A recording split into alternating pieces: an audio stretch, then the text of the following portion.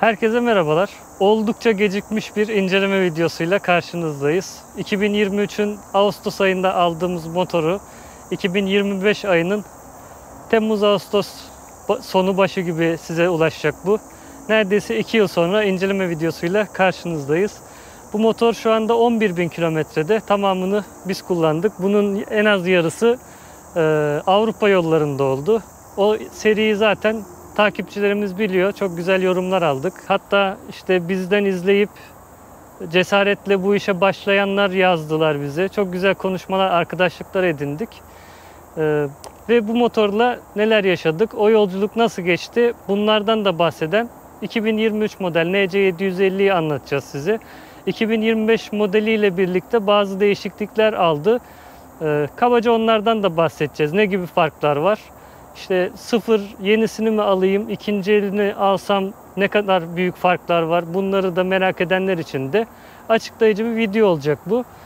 Bu motor kimlere hitap ediyor? Onunla başlamak istiyorum müsaadenizle. Biliyorsunuz NC750 New Concept'in kısaltılması olarak adlandırılmış. Yani adventure deseniz değil, tur motoru deseniz değil, İşte şehir içinde idare edebilecek bir motor deseniz o da değil. Ama hepsinden azar azar bir motor. O yüzden nereye sınıflandıracağımıza karar veremediğimiz için de New Concept diyelim biz buna diyen Honda'nın tasarımıyla ortaya çıkmış. İlk yola çıkışı 750'lik blok Honda Jazz'ın 1500'lük motorunun ikiye bölünmesiyle de ortaya çıkmış. O yüzden sürüş ve motor özellikleri de araba genleri taşıyor. O yüzden uysal sürücülere, uysal motor arayan sürücülere de hitap eden bir motor. Her şeyden yapsın, azar azar da olsa kabulüm diyenler için en iyi motorlardan bir tanesi bu. Ama tur motoru mu? Tartışılır. Adventure mı? Bence orası tartışılmaz değil. Şehir içinde kullanılır mı? Tartışılır. Kullanılabilir. Ama hepsinden azar azar yapan başka kim var derseniz de sınırlı, çok az sayıda böyle motor var. Bunların hepsinden azar azar yapsın, ben hepsinden niş seviyede performans almak istemiyorum diyen bir sürücüyseniz bu motor sizin için harika bir motor.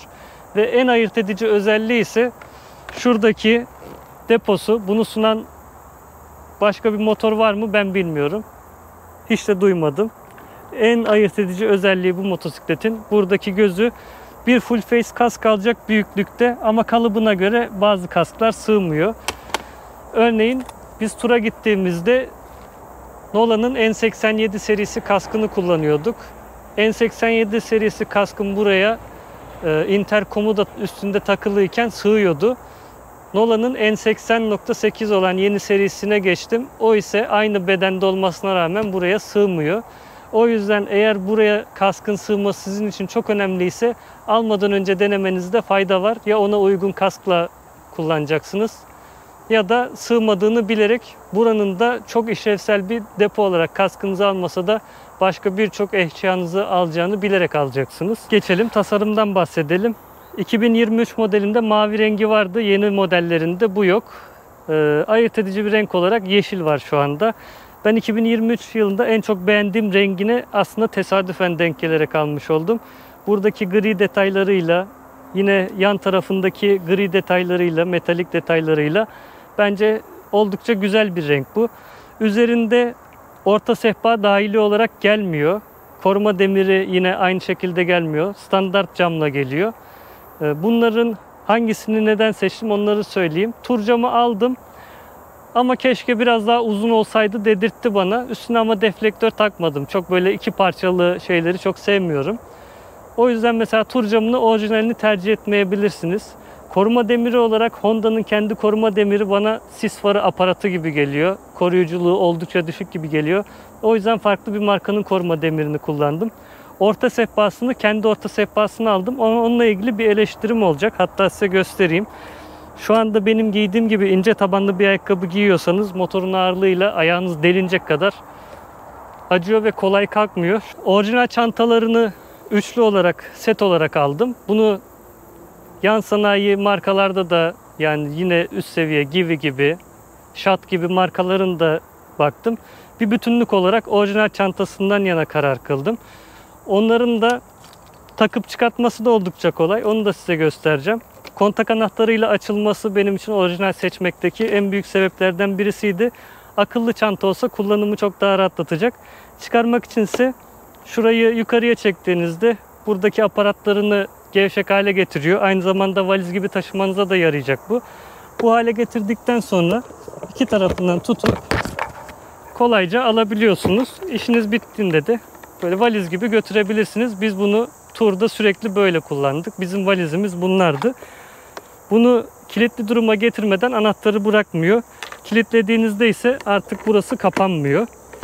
O yüzden kapatmak istediğiniz zaman yine anahtar takmak zorundasınız. Yerine takarken de yine aynı şekilde alttaki şuraya denk getirerek iki ayağı hizaya getirdikten sonra yapamadım. Aşağı doğru bastırmanız yeterli. Sonrasında da yine kilitleyip bu kadar kolay bir şekilde söküp takabiliyorsunuz. Biz bu üçlü çanta ve ön tarafını kullanarak başka içine dışına hiçbir şey bağlamadan 2 kişi bu motorla 3 hafta seyahat ettik. O yönüyle bunu sunabilen başka bir motor kesinlikle yok. Far tasarımı da tamamen led farlar. Şurada ise gündüz ledleri. Burada da Amerikan park şeklinde sinyal lambalarıyla sürekli yanan şekilde dikkat çekici olarak etkili. Bu şekilde bir ön far grubu var. Altta ise uzun farı ayrı olarak konuşlandırılmış. Aydınlatma performansı için yeterli diyemeyeceğim. Forza'da çok daha memnunum aydınlatmadan. Bunun aydınlatmasını gece sürüşlerinde gerçekten yetersiz buluyorum. Buraya bir sis farı gece aydınlatmasına destek amaçlı gerçekten istiyor. Önemli bir konu. Frenlerine geçelim. Burada tek bir ön fren manyeti. Bu tarafta otomatik vitesli olduğu için debriyaj manyetimiz yok. Ayarlı bir şekilde fren yapabiliyoruz. Ayarları var burada. Kademeli olarak bunun konumunu, başlangıç konumunu ayarlayabiliyorsunuz. Ben standart halinde dokundum. Frenlerle ilgili en çok eleştirilen kısmı NC'nin önde tek disk olması. Frenleri bu motor durmuyor şeklinde yorumlar çok fazla var. Ben kullanıcı olarak frenleriyle ilgili herhangi bir yetersizlik hissetmedim. Ama şunun altını çizmek istiyorum. Bu DCT versiyonu olduğu için arka frene bile hafif dokunduğum anda vites küçülterek motor freniyle ciddi manada frenlemeyi destekliyor. Manuel versiyonda belki frenler yetersiz hissettirebilir ama DCT versiyonda motor freni desteğiyle birlikte frenlerle ilgili yetersiz dersem haksızlık etmiş olurum. 2025 versiyonunda ise Honda mühendisleri bu yorumları ciddiye almış. Bence susturmak için alından size çift disk diyerek çift disk tasarıma geçtiler. Ama orada da dikkatinizi çektim bilmiyorum. Disk boyutları önemli oranda küçüldü. Kocaman diskten daha küçük 2 diske geçtiler. Bunu da belirtmiş olalım. Yine doğal olarak daha küçük bir diskli arka frenimiz var. Arka fren performansı da yani motosiklet kullanıcıların hepsinin bildiği üzere sadece arka fren performansından bir şey bahsedemeyiz. Ön freni destekliyor. Arka fren beklediğimden daha az verim sağlıyor ama demin söylediğim gibi DCT desteği o frenin de etkinliğini büyük oranda arttırıyor. Eleştirilen bir diğer konu ise bu motorun ekranıydı. Renkli ekranı yok, işte hiçbir şey yok şeklinde. TFT bir ekran var. Bu ekran size ne sunuyor? Hızdır, işte devirdir, motor sıcaklığı bile yok, hava sıcaklığı bile yok. Trip A, trip B ve işte gittiğiniz mesafelerden bahsediyor. Yol bilgisayarı olarak, tur motoru olarak da kullanacaksınız bunu diye düşünülen bir model için yol bilgisayarı gerçekten yetersiz. Burada hiç olmazsa telefon bağlantısıyla yönlendirme yapmasını beklerdim ama kesinlikle yok. Yeni modelinde renkli ekrana geçildi. Hatta Honda mühendisleri demin söyledim alın size çift disk dendiği gibi alın size ekran dediler ama CarPlay yok. Yol tarifi ise sadece yönlendirme, sıcaklık göstergesi yine yok mesela. Bence hala ekranla ilgili sınıfta kalan bir motor. Hazır buradayken tuş kütüklerinden bahsedeyim. Diğer videolarımı izlediyseniz Honda'nın tuş kütüklerini ne kadar eleştirdiğimi biliyorsunuzdur. Burada da yine eleştireceğim konu sadece kornanın olduğu yerle ilgili. Ama sadece bu motorda kabul edebilirim bunu. DCT'nin vites düşürme butonu en altta. Onun karışmasındansa kornanın karışması biraz daha mantıklı. Ergonomik olarak da buton çok küçük olmadığı için Forza'daki kadar rahatsız etmiyor beni. Buradan Menü içindeki gezme ayarlarınızı, buradan selektör ve uzun far ayarınızı yapıyorsunuz. Burada dörtlümüz var. Burada klasik sinyalimiz var. Ve DCT versiyonda viteste motoru bırakamayacağınız için eğimli yerlerde park ettiğinizde motorunuz gitmesin diye mecburen el freni var. Bunu ama özellik olarak söylüyorlar tabii ki. El freni buradan çekerek motorunuzu sabitleyebiliyorsunuz. Çok faydalı oluyor gerçekten. Özellikle hafif eğimli bir yerde durup işte bir şeyler çıkartmanız etmeniz gerektiği zaman cebinizden çok kullanışlı oluyor. İndirmek içinse şuradaki butonla aşağı indiriyorsunuz. Sağ tarafta ise vites seçicilerimiz var ve motoru çalıştırma ve acil kapatma switch'imiz var. Burayla ilgili örneğin manuele geçmek istediğiniz zaman şu şekilde sürüş modunda tutarken buraya uzanırken bir yandan da bu tuşlara basıyorsunuz. Şurası yerine bu tarafta konumlanmasını tercih ederdim. Manuele geçmek istediğim zaman çünkü uygun bir yerde gazı tamamen bırakıp bu şekilde parmağımı kaldırmak zorunda kalıyorum. Kesinlikle ergonomik bir tasarım değil. Yine burada Honda mühendislerini eleştirdiğim nokta tuş kütüklerinde devam etmiş oldu. Buradayken yine ön saklama alanına geçelim. Yine ön saklama alanını ve benzin deposunun olduğu yeri açmak için kontak anahtarını kullanıyoruz.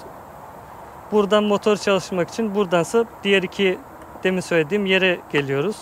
Burayı sağa çevirdiğimiz zaman ön depomuz açılıyor. Burada genişçe bir alan var. Buraya gerçekten bir kask modeline göre, kalıbına göre değişse de bir kask sığması büyük bir nimet burası. Ama kaskınızı koymadığınız zaman, başka bir şeyler koyayım dediğiniz zaman, örneğin su koyduğunuzu varsayalım.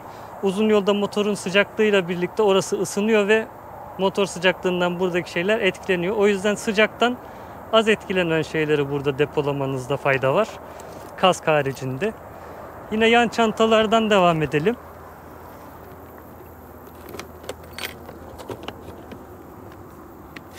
Burada da yine 44 litrelik bir çantamız var.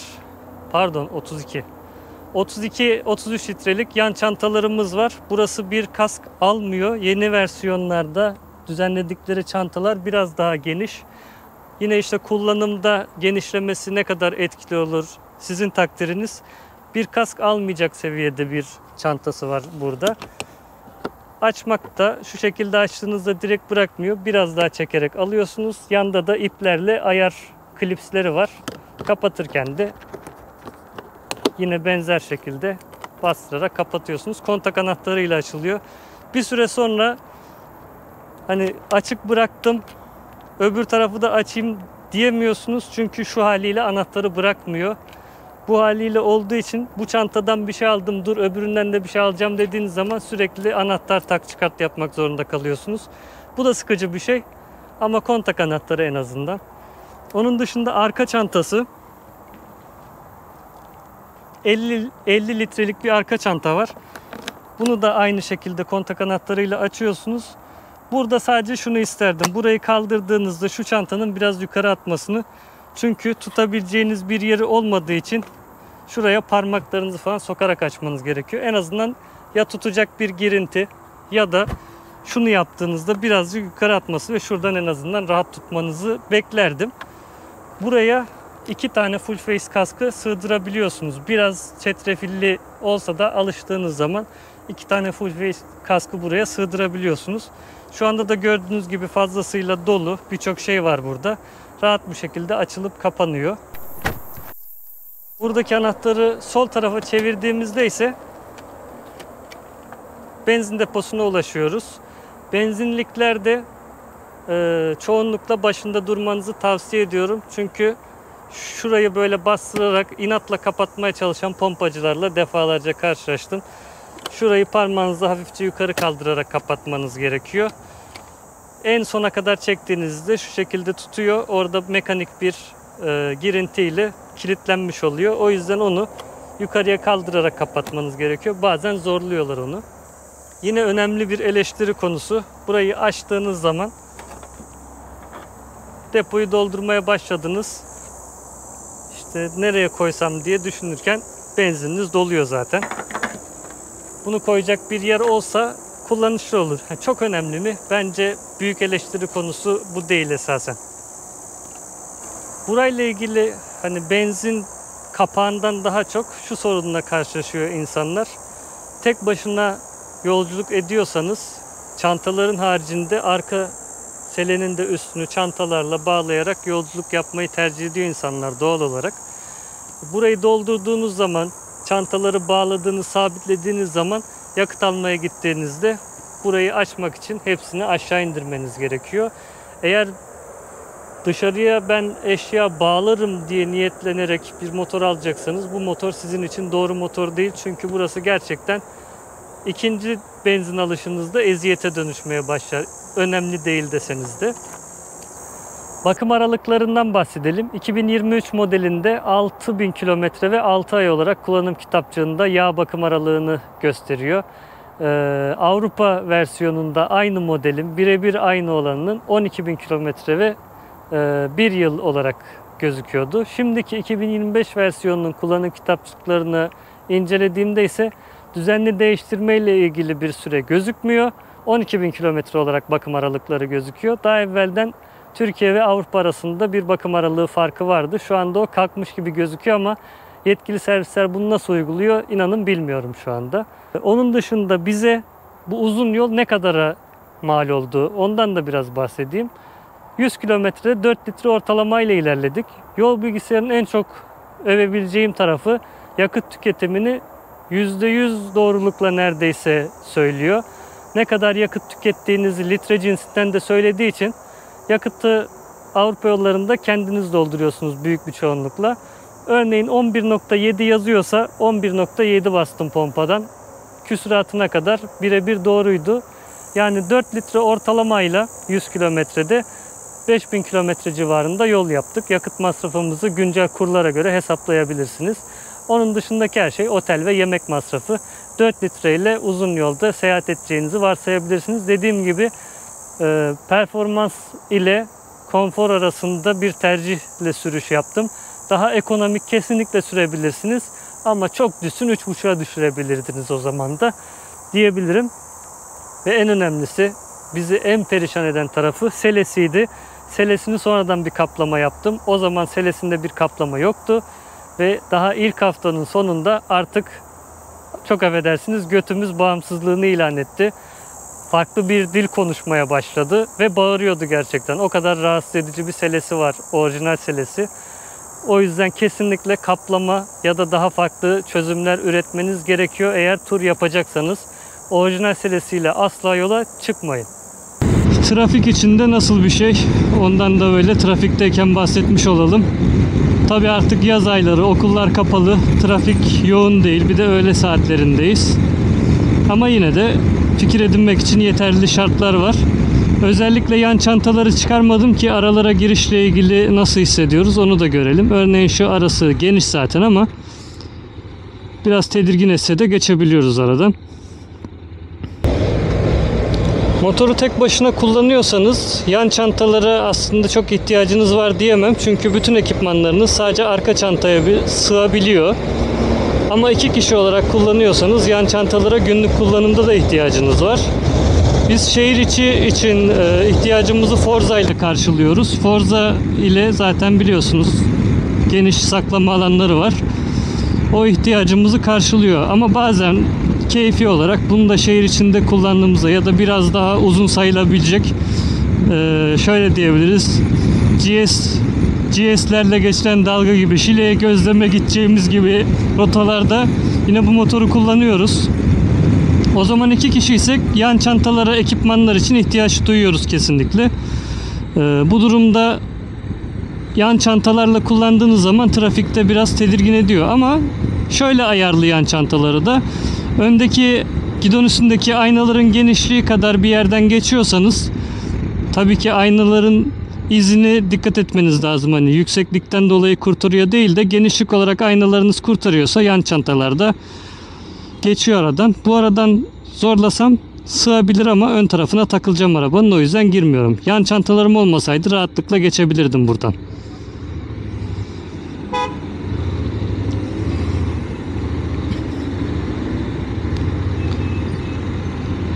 Tabii daha önemlisi, şehir içiyle ilgili daha önemli sorunu dar yerlerden, yani 90 dereceye yakın dönüşler. Örneğin şeridin öbür tarafına geçip aradan devam etmek istediğinizde arabaların arasından dönmekte zorlanıyorsunuz. Çünkü kıvraklığı düşük bir motor bu. Şehir içi için dezavantajı daha çok bunlar. Ama düz bir çizgide gittiğiniz zaman aradan geçme konusunda, yan çantalarınızda yoksa, kafası Forza'dan bile küçük olduğu için daha rahat ediyorsunuz kesinlikle. Onun dışında tüketimle şehir içi trafiği şartlarında değinecek olursak, örneğin şu anki düzende bir yoğunlukta yaklaşık 25 kilometre kullandım. Hızımız, tempomuz, dur kalkımız bu tempolarda. 4.95 litre civarında bir tüketimi var şehir içi şartlarında. Daha yoğun trafikte, kışın okulların açık olduğu zamanlarda da kullandım ben bunu. O zaman 7.5'lara kadar çıktığı oldu. Uzun yoldaysa hani ekonomi yapmaya çalışmadan, yeri geldi 150-200'e yakın hızlarda, yeri geldiğinde de yol durumuna göre 90 gibi hızlarla gittiğimde ise 5000 kilometrelik bir rotanın sonunda 4 litreydi ortalamam. 4 litre gibi bir tüketimle de bayağı yol alabiliyorsunuz. Bunu ekonomi yaparak daha aşağı bile çekmeniz mümkün. Daha küçük silindir hacmine sahip motorlu arkadaşlarımla şehir içi sayılabilecek rotalarda turlar yaparken 3.2 ile bile bitirdiğim oldu rotayı. Tempoyu 90 civarında hızlarda tutarsanız 3.2'ye kadar düşüyor ortalaması. Böyle yollarda, yani mecburen 90'la gittiğiniz yollarınız çoksa ya da aceleniz yok ve otoyol kondisyonunda bir yol değil, daha şehirler arası 90'la gittiğinizde problem yaratmayacak bir yoldaysanız 3.2 ortalamayla bile gidebilirsiniz. Tüketim konusunda gerçekten bu silindir hacmine sahip motorlar arasında rakipsiz bir motor.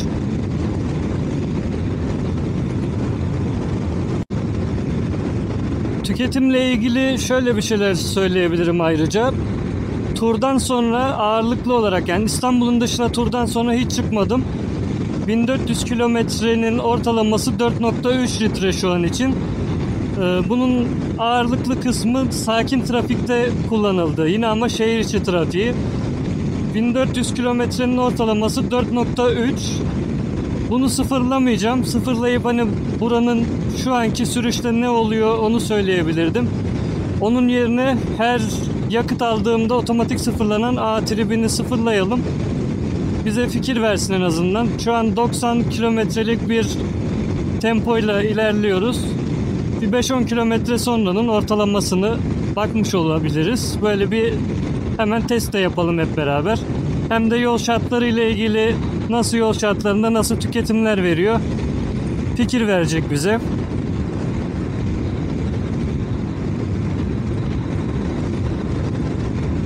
...3.4 ile başladı ilk kilometresi bu tempoda.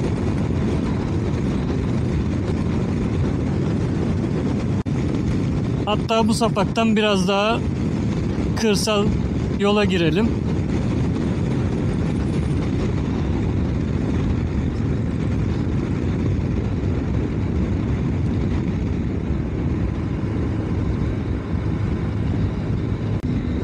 Şu an için 2 kilometreye 2.8'e kadar düştü ama yavaşladık biraz, orada normal. Burada biraz daha anlayacağız. Hatta performansı ile ilgili de, hatta sürüş modları ile ilgili de bir şeyler anlatmaya çalışayım. İyi olur. Ekranda gözüküyor mu emin değilim ama user modu var. User modunda kullanıyorum. Kendi tercihim gücün maksimum seviyede olduğu, yani 3 tane kademe var. En yüksek seviyede olduğu, motor freninin düşük olduğu, traction kontrolün orta seviyede olduğu, vitesin ise ne kadar geç atmasıyla ilgili olan ayarda 4 kademeden 3. sırada olduğu. Bir üstünde de zaten spor modu, en geç vitesin attığı yerde spor modunda var. Ben bunu 3. kademede kullanıyorum kendi ayarladığım motor haritasında. Bunlar nasıl farklar yaratıyor onlardan böyle kabaca bahsetmeye çalışacağım. Standart moda hatta şöyle bir geçelim. Şu an mesela Güç ve motor freni yanıp sönüyor. Gazı kapattığımda ise sabit hale geldi. Sürüş modunu daha farklı bir seviyeye alıyorsanız gazı tamamen kapatana kadar ayarlar aktif hale gelmiyor. Bunu da yanıp sönerek gösteriyor. Standart modda gaz açtığınızda bu şekilde bir tepki veriyor. Hani bu motorla ilgili hantal olduğu ile ilgili şikayet çok ediliyor biliyorsunuz. Hantallığı bence tartışılır. Beklentiyle de alakalı bir şey. Tabii ki 750 cc bandındaki motorlar arasındaki beygir gücü en düşük olan motor olabilir ama tork değerleri birbirine benzer seviyede. Biraz da ekonomi yapmasının sebebi o diyebiliriz. Çok atik bir motor kesinlikle değil.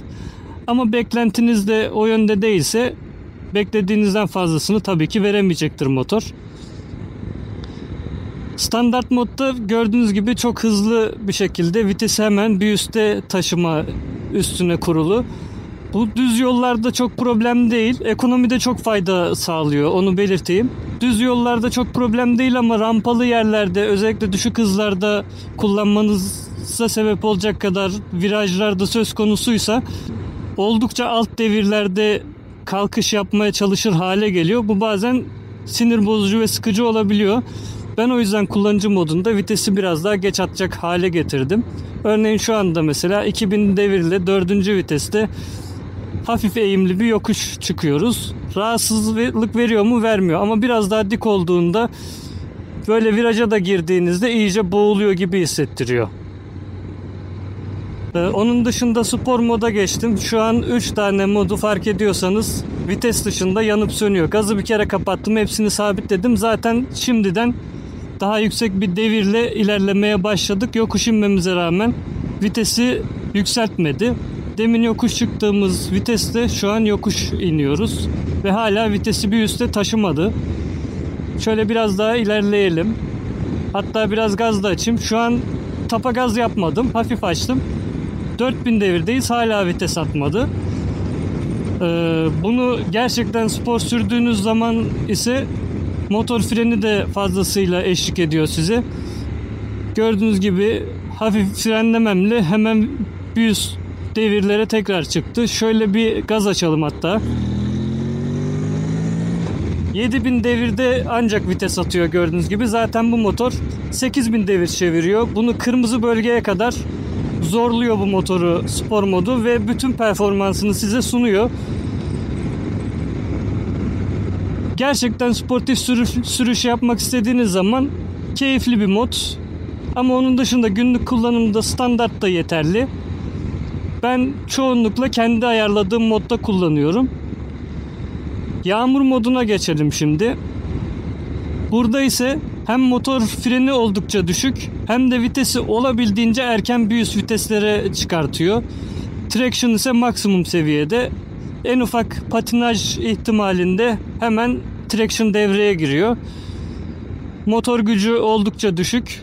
Bu modu özellikle büyük motora yeni geçtiyseniz, yeni alışacaksanız, küçük motorlardan buraya geldiyseniz başlangıçta kullanmak normal kuru havada da iyi olabilir.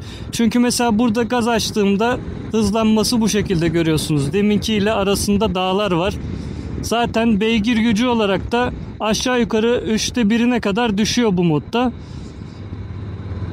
Virajlarda özellikle hata yapma ihtimalinizi, gazı ayarlayamama ihtimalinizi büyük oranda ortadan kaldırıyor. Bu modu yağmur dışında acemi alışma sürecindeki kullanımda da tercih edebilirsiniz. O yönüyle faydalı. Yağmurda ise yani tecrübeli bir sürücüyseniz zaten yağmur dinamiklerini biliyor durumda olursunuz. Yine de dalgınlıkla ya da başka bir sebeple hata yapma ihtimalinizi, özellikle gaz kontrolü ile ilgili hata yapma ihtimalinizi büyük oranda azaltacaktır bu mod. O yönüyle ben yağmur şartlarında çok fazla yolculuk yapmayı sevmiyorum ama yağmur şartlarında da standart modda kullanmayı tercih ediyorum yağmur modundansa.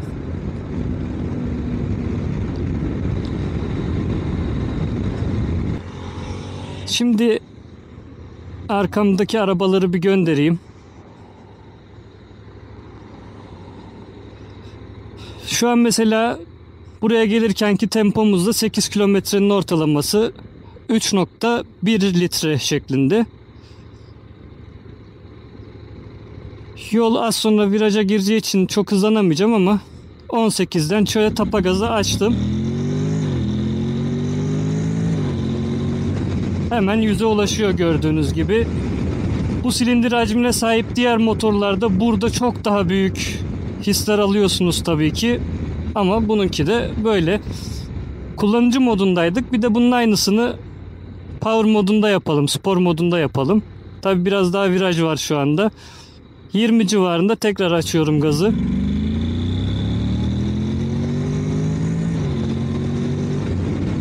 Benzer şekilde bir performans alıyoruz. Çünkü kullanıcıyla spordaki tek fark vitesi biraz daha geç atması benim ayarladığımda. Zaten tapa gaz açtığınızda da kendi ayarladığınızda da oldukça geç atıyor vitesi. 2 kere tapa gazla 3.1'den 3.4'e kadar taşımış olduk ortalamayı da. Bu da dikkatinizi çekmiştir diye düşünüyorum. Süspansiyonları ile ilgili de bir şeyler ekleyelim.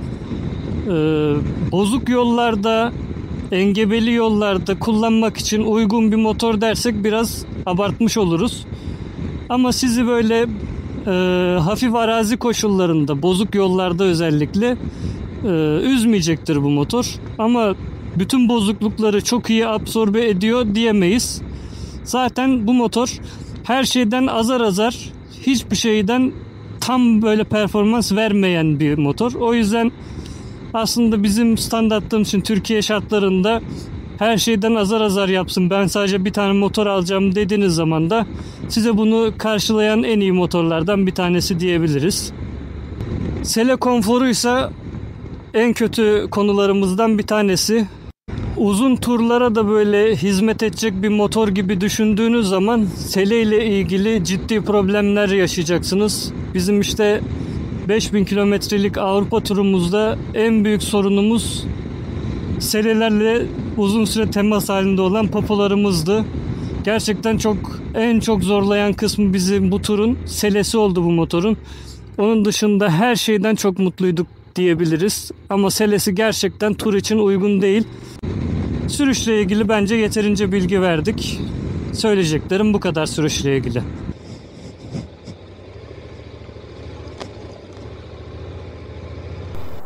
...2025 yılında Temmuz ayı liste fiyatlarına göre şu anda bunun fiyatının yeni kasası yani 723.000 lira DCT versiyonu, bununla aynı versiyon. Manuel ise 676.250.000 lira olarak liste fiyatları ile gözüküyor. Transalp'e de bakalım, hani kıyas olsun. Transalp ise 767.750 lira. Burada işte benzer fiyat, yakın fiyatlar olduğu için Adventure tarafıyla bu motoru tercih etmeyi planlıyorsanız, kabaca Adventure tarafıyla Transalp'e yönelmek kısmı da sizin aklınıza bir fikir olarak olabilir. Tur yönüyle başka ne olabilir yine Honda'dan derseniz de NT1100'ü düşünebilirsiniz. Onun ise fiyatı hazırsanız 1.087.250 DCT versiyonu. İşte o yüzden ikisinden de azar azar yapsın, çok fazla bütçemde yok diyorsanız NC750 tek başına öne çıkıyor gerçekten. Yeni kasa sıfır mı, işte eski kasa ikinci el mi alayım diye bir tereddütünüz varsa, hani bütçe olarak, arasında ne kadar önemli farklar var onu söylemiş olayım. Ekran ve çift disk fren dışında gerçekten önemli bir değişiklik motorda yok. Blok birebir aynı, vites birebir aynı, geri kalan her şey, şasi tasarımları, her şey birebir aynı. Ekran ve çift disk ve de güncel model olması gibi farklar sizce aradaki fiyat farkına değiyor mu? Onun kararını vererek tercih edeceksiniz. İkinci el, sıfır tabii ki kıyas olmaz ama bütçenizi düzgün değerlendirme ile ilgili kendi değerlendirmeniz için de bunu sizin bilginize sunuyorum. Artı ve eksilerini kabaca özetleyip videoyu kapatalım.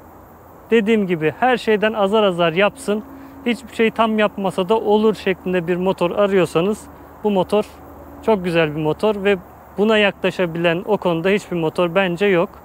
En önemli artısı ön tarafında bir kask sığacak kadar bir deposunun olması. Bunu sunan başka hiçbir motor yok. En önemli artıları bunlar.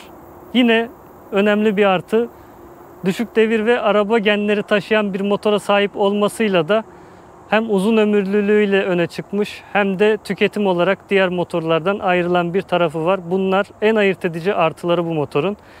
Eksileri ise işte adventure deniyor ama asla bir adventure motoruyla kıyaslanamaz. Selesi gerçekten rezalet seviyede kötü. Ekranı bir tur motoru için çok yetersiz. Motor sıcaklığını bile göstermiyor. Bırakın hava sıcaklığını. Motor sıcaklığını bile göstermeyen bir ekranı var. Hakeza yol tarifi vesaire gibi şeyler, onların hiçbiri yok. Yeni modelinde de sadece yönlendirme olarak var. CarPlay yok. Ayarlı süspansiyon yok. Konfor arttırıcı şeyler gerçekten çok kısıtlı. Kabaca böyle özetleyebiliriz bu motoru. Siz neler düşünüyorsunuz? Söylemeyi unuttuğum şeyler varsa da yorumlara yazın. Elimden geldiğince cevaplandırmaya çalışacağım. Söyleyeceklerim bu kadar. Bir başka videoda görüşmek üzere. Hoşça kalın.